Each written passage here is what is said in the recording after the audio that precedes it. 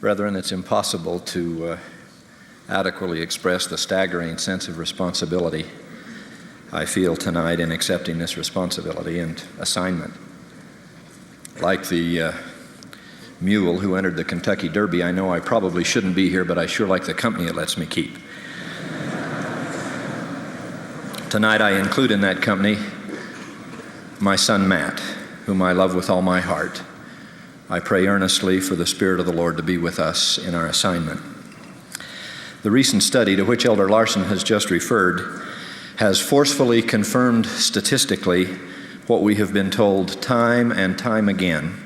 That is, if loving, inspired instruction and example are not provided at home, then our related efforts for success in and around church programs are severely limited.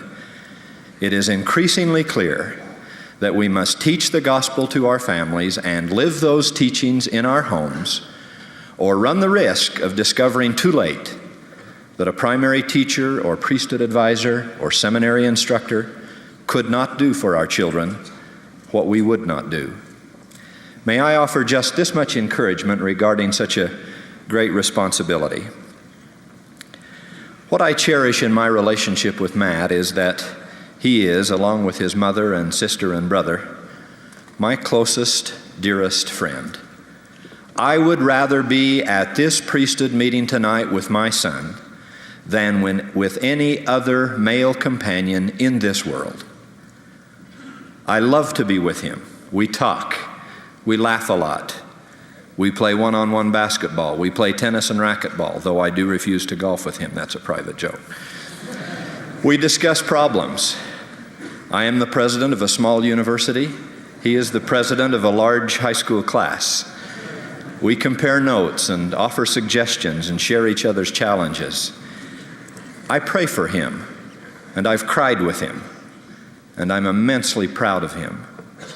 We've talked long into the night, lying on his waterbed, a 20th century aberration, which I know, as part of the punishment of the last days, will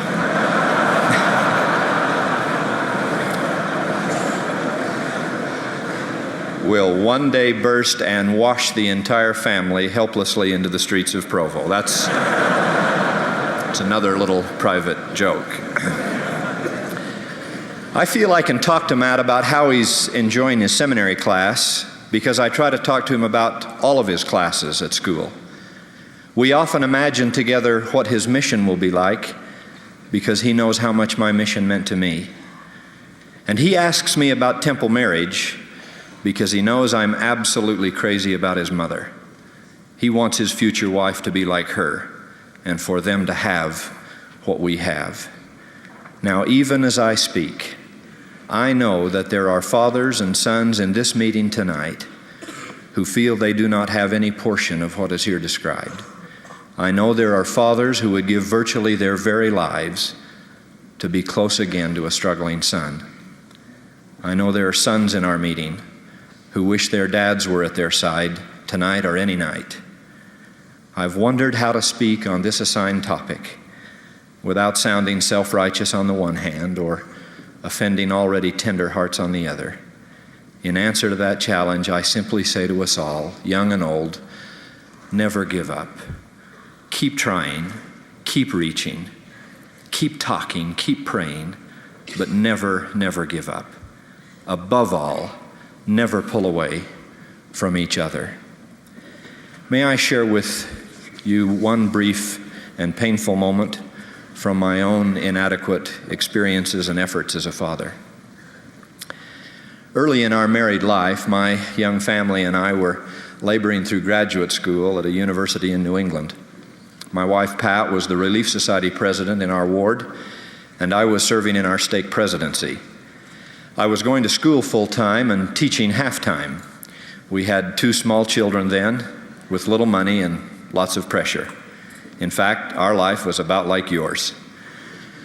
One evening, I came home from long hours at school, feeling the proverbial weight of the world on my shoulders. Everything seemed to be especially demanding and discouraging and dark. I wondered if the dawn would ever come. Then as I walked into our small student apartment, there was an unusual silence in the room. "What's the trouble?" I asked. "Matthew has something he wants to tell you," Pat said. "Well, Matt, what do you have to tell me?" He was quietly playing with his toys in the corner of the room, trying very hard not to hear me. "Matt," I said a little louder, "do you have something to tell me?" He stopped playing, but for a moment didn't look up. Then these two enormous, tear-filled brown eyes turned toward me with the pain only a 5-year-old can know, and he said, "I didn't mind Mommy tonight," and I spoke back to her. With that, he burst into tears, and his entire little body shook with grief. A childish indiscretion had been noted. A painful confession had been offered. The growth of a 5-year-old was continuing, and loving reconciliation could have been wonderfully underway. Everything might have been just terrific, except for me. If you can imagine such an idiotic thing, I lost my temper. It wasn't that I lost it with Matt. It was with 101 other things on my mind. But he didn't know that, and I wasn't disciplined enough to admit it. He got the whole load of bricks. I told him how disappointed I was and how much more I thought I could have expected of him. I sounded like the parental pygmy that I was. Then I did what I had never done before in his life.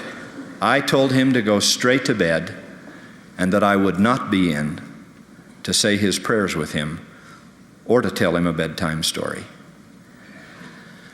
Muffling his sobs, he obediently went to his bedside where he knelt alone to say his prayers. Then he stained his little pillow with tears his father should have been drying. Well, if you think the silence upon my arrival home was heavy, you should have felt it now. Pat did not say a word. She didn't have to. I felt absolutely terrible. Later, as we knelt by our own bed, my feeble prayer for blessings upon my family fell back on my ears with the most horrible hollow ring. I wanted to get up off my knees right then and go to my son and ask his forgiveness, but he was long since peacefully asleep.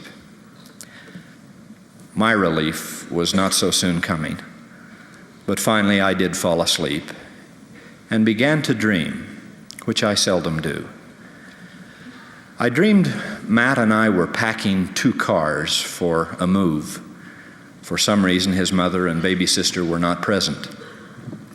As we finished, I turned to him and said, "Okay, Matt, you drive 1 car and I'll drive the other." This 5-year-old very obediently crawled up onto the seat and tried to grasp the massive steering wheel. I walked over to the other car and started the motor. As I began to pull away, I looked to see how my son was doing. He was trying. Oh, how he was trying. He tried to reach the pedals, but he couldn't. He was also turning knobs and pushing buttons, trying to start the motor. He could scarcely be seen over the dashboard, but there, staring out at me again, were those same immense, tear-filled, beautiful brown eyes. As I pulled away, he cried out to me, "Daddy, don't leave me. I don't know how to do it. I am too little." And I drove away. A short time later, driving down that desert road in my dream, how long I do not know, I suddenly realized in one stark, horrifying moment what I had done. I slammed my dream car to a stop, threw open the door, and started to run as fast as I could. I left car, keys, belongings, and all, and I ran. The pavement was so hot it burned my feet, and tears blinded my straining effort to see this child somewhere on the horizon. I kept running, praying, pleading to be forgiven and to find my boy safe and secure. As I rounded a curve, nearly ready to drop from physical and emotional exhaustion, I saw the unfamiliar car I had left Matt to drive. It was pulled carefully off to the side of the road, and he was laughing and playing nearby. An older man was with him, a stranger, playing and responding to his games. Matt saw me and cried out something like, "Hi, Dad, we're having fun." Obviously, he had already forgiven and forgotten my terrible transgression against him. But I dreaded the older man's gaze, which followed my every move. I tried to say, "Thank you," but his eyes were filled with sorrow and disappointment. I muttered an awkward apology, and the stranger said simply, "You should not have left him alone to do this difficult thing. It would not have been asked of you." With that, my dream ended, and I shot upright in my bed. My pillow was now stained with perspiration and tears. I threw off the covers and ran to the little metal camp cot that was my son's bed. There, on my knees and through my tears, I cradled him in my arms and spoke to him while he slept. I told him that every dad makes mistakes, but that they don't mean to. I told him that it wasn't his fault that I had had a bad day. I told him that when boys are only 5 or 15, dads sometimes forget and think they're 50. I told him that I wanted him to be a small boy for a long, long time, because all too soon he would grow up and be a man and wouldn't be playing on the floor with his toys when I came home. I told him that I loved him and his mother and his sister more than anything in this world, and that whatever challenges we had in life, we would face them together. I told him that never again would I withhold my affection or my forgiveness, and I prayed that never would he withhold them from me. I told him I was honored to be his father, and that I would try with all my heart to be worthy of such a great responsibility. Well, I have not proven to be the perfect father I vowed to be that night and 1,000 nights before and since, but I still want to be, and I believe this wise counsel from President Joseph F. Smith. Said he, "Brethren, if you will keep your children close to your heart, within the clasp of your arms, if you will make them feel that you love them and keep them near to you, they will not go very far from you, and they will not commit any very great sin. But it is when you turn them out of the home, turn them out of your affection, that is what drives them from you. If you wish your children to be taught in the principles of the gospel, if you wish them to love the truth and understand it, if you wish them to be obedient to and united with you, love them and prove that you love them by your every word and your every act toward them." Close quote. Brethren, we all know this is not an easy assignment, but surely it ranks among the most imperative ever given in time or in eternity. We must not turn our children away. We must keep trying, keep reaching, keep praying, keep listening. We must keep them within the clasp of our arms. That is what friends are for. Of this I bear witness. In the name of Jesus Christ, amen.